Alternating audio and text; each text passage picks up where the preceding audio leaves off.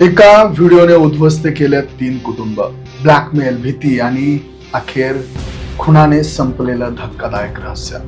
एक चूक, एक गुपित आणि त्यातून जन्माला आलेला असा गुन्हा ज्याने संपूर्ण शहर हादरून गेलं. 11 जुलै 2026 सकाळची वेळ. घरातलं वातावरण अगदी नेहमीसारखीच होतं. हार्दिकने आपल्या वडिलांना सांगितलं की मी शहराबाहेर एक प्लॉट बघायला चाललो, 2-3 तासांमध्ये परत येतो. वडिलांनी काही संशय न घेता त्याला जाऊ दिला.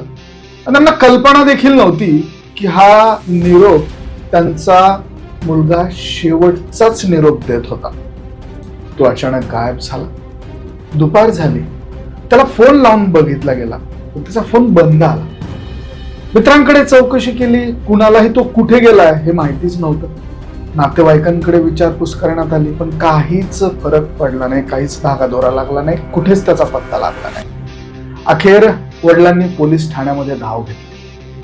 पोलिसांनी सगळ्यात अगोदर मोबाईलचं लोकेशन तपासलं की याचा मोबाईल नेमका आहे कुठे आणि त्या मोबाईलवरनं हा कुठे कुठे गेला असेल. आणि इथेच या प्रकरणाने अनपेक्षित असं वळण घेतलं. लोकेशन एका घरामध्ये स्थिर झालेलं होतं, पण त्या घराला बाहेरून कुलूप होतं. बंद घर आणि आतलं भीषण असं सत्य हे सगळ्यांच्या समोर आलं. शेजाऱ्यांनी सांगितलं की या घरातले मंडळी म्हणजेच या घरातले पती पत्नी सकाळीच बाहेर गेल्यात, मुले शाळेत गेलेले आहेत. पोलिसांचा संशय अधिकच गडद झाला. घर उघडलं गेलं. आत सगळं काही शांत होतं, पण एका कोपऱ्यात पडलेल्या पोत्याने सर्वांचं लक्ष वेधून घेतलं होतं. ते पोतं उघडण्यात आलं आणि त्या क्षणाला सगळ्यांच्याच पायाखालची जमीन सरकली. त्यामध्ये काय होतं? त्यामध्ये होता हार्दिकचा मृतदेह. वडिलांनी मुलाला पाहताच हंबरडा फोडला. पोलीस देखील काही क्षण स्तब्ध झाले आणि मग सुरू झाला खुनामागचा शोध. पोलिसांना एकच प्रश्न पडला होता की एवढ्या क्रूर पद्धतीने हत्या का करण्यात आली असेल बरं? तपास जसा जसा पुढे सरकत गेला तशी तशी एक कहाणी समोर येत गेली, जी प्रचंड इंटरेस्टिंग आहे आणि जिथे ब्लॅकमेल, भीती आणि सुडाशी जोडलेली आहे. तर म्हणजे शेजार धर्मातून सुरू झालेली ओळख. हार्दिक हा महाविद्यालयीन विद्यार्थी होता, कॉलेजला जात होता. त्याच्या घराजवळ रमेश आणि त्यांची पत्नी मंदाकिनी हे राहत होते. गरीब पण समाधानी संसार. त्यांना 3 मुलं होती. रोजच्या संघर्षात जगणारं हे कुटुंब होतं. सुरुवातीला हार्दिकला फक्त तो त्या महिलेला बोलायचा, हसायचा. शेजारी असल्याने कुणालाही त्यात काही असं गैर वाटलं नाही. पण एक व्हिडिओ आणि या व्हिडिओने सगळं चित्र बदलून गेलं. एक दिवस मंदाकिनी घराबाहेर आंघोळ करत होते आणि आंघोळ करत असताना हार्दिकने तिचा व्हिडिओ मोबाईलमध्ये तयार करून घेतला होता. आता तो व्हिडिओ हार्दिककडे आलेला होता. मंदाकिनी ही आंघोळ करत असताना आक्षेपार्ह अवस्थेमधला तो व्हिडिओ होता आणि तो व्हिडिओ त्याने तिला दाखवला. माझं जर तू ऐकलं नाही तर हा व्हिडिओ मी व्हायरल करून टाकीन अशी धमकी त्याने मंदाकिनीला देऊन टाकली. मंदाकिनी पूर्णतः हादरून गेले होते.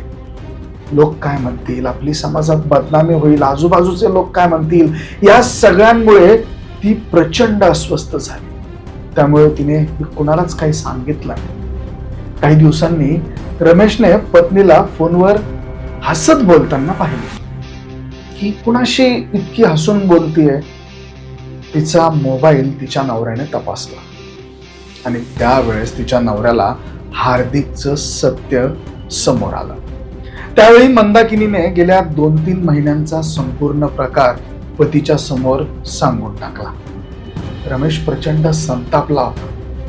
दोघांमध्ये त्यावेळेस भांडणही झालं, पण पोलिसांमध्ये जाण्याच्या ऐवजी त्यांनी जरा वेगळाच निर्णय घेतला. त्यांनी एक गट रचला. 11 जुलैची सकाळ. मंदाकिनीने हार्दिकला फोन केला. फोन करून बोलावून घेतला. घरी ये. तो घरी आला. घरी आल्यानंतर रमेश कामावर गेल्याचं नाटक करून बाहेर पडलेला होता. मुळात तो कामावर गेलाच नव्हता. घरात फक्त मंदाकिनी एकटी होती. मुलं शाळेत गेलेली होती. हार्दिकने निर्धास्तपणे तो घरात शिरला आणि घरात शिरल्यानंतर आपलंच सगळं राज्य आहे असं म्हणून तो त्या ठिकाणी वावरू लागला. पण काही क्षणात हार्दिक घरात असतानाच रमेश दबक्या पावलांनी घरात आला. त्याने हार्दिकला पकडला. मंदाकिनीने त्याचे हातपाय धरले आणि रमेशने त्याचा गळा आवळला. त्याचा मृत्यू निश्चित झाल्यानंतर देखील पुरावे नष्ट करण्यासाठी मृतदेह पोत्यामध्ये भरून घराला कुलूप लावण्यात आलं आणि ते त्या ठिकाणाहून पसार झालं. शेवटी मोबाईलचं लोकेशन, पोलिसांचा तपास आणि या सगळ्या गोष्टींमधनं पोलिसांनी हार्दिकचा मृतदेह हा शोधून काढला. मोबाईलचं लोकेशन ज्या ठिकाणी होतं त्या ठिकाणी ते पोहोचले. घर ते बंद होतं. पोत्यामध्ये अक्षरशः मृतदेह भरून ठेवलेला होता. PM रिपोर्ट्स आले. PM रिपोर्टमधनं आणि इतर गोष्टींमधनं पोलिसांना आणखी धागेदोरे मिळाले आणि त्यानंतर पोलिसांनी पती पत्नीला अटक केली. चौकशीमध्ये त्याने ब्लॅकमेल केलं. खुनाबाबत विविध दावे हे सादर करण्यात आले. मात्र या प्रकरणात परस्पर विरोधी दावे असल्याने अंतिम सत्य न्यायालयीन प्रक्रियेनंतरच स्पष्ट होणार आहे. तर मंडळी, अशा या व्हिडिओमध्ये किंवा अशा या कथेमध्ये एक सुरुवात जी होती ती कुठल्या उद्देशाने आणि काय म्हणून या हार्दिकने केली ही प्रचंड महत्वाचं. त्या महिलेचं तर आयुष्य यामुळे बरबाद झालेलंच आहे, परंतु एका बापाला आपल्या मुलाला गमवावं लागलेलं आहे. एका आईच्या आयुष्यातनं हस्तखेळतं मूल निघून गेलंय. आणि हार्दिकने केलेली गोष्ट ही योग्य होती का? कमेंटमध्ये नोंद करा. या ठिकाणी मंदाकिनी आणि तिच्या पतीने वेगळं पाऊल उचलायला पाहिजे होतं का? कमेंटमध्ये नोंद करा. मंदाकिनी आणि तिच्या पतीने केलेली कृती ही निश्चितच गुन्ह्याची कृती आहे, गुन्हा आहे. त्यांनी पोलिसांमध्ये, त्यांनी प्रशासनाकडे जाऊन त्याची तक्रार करायला होती. याच नोटवरती आम्ही हा व्हिडिओ संपवतो आहोत. तुम्हाला काय वाटतं? कमेंटमध्ये नोंद करा. व्हिडिओ आवडला तर शेअर जरूर करा. धन्यवाद.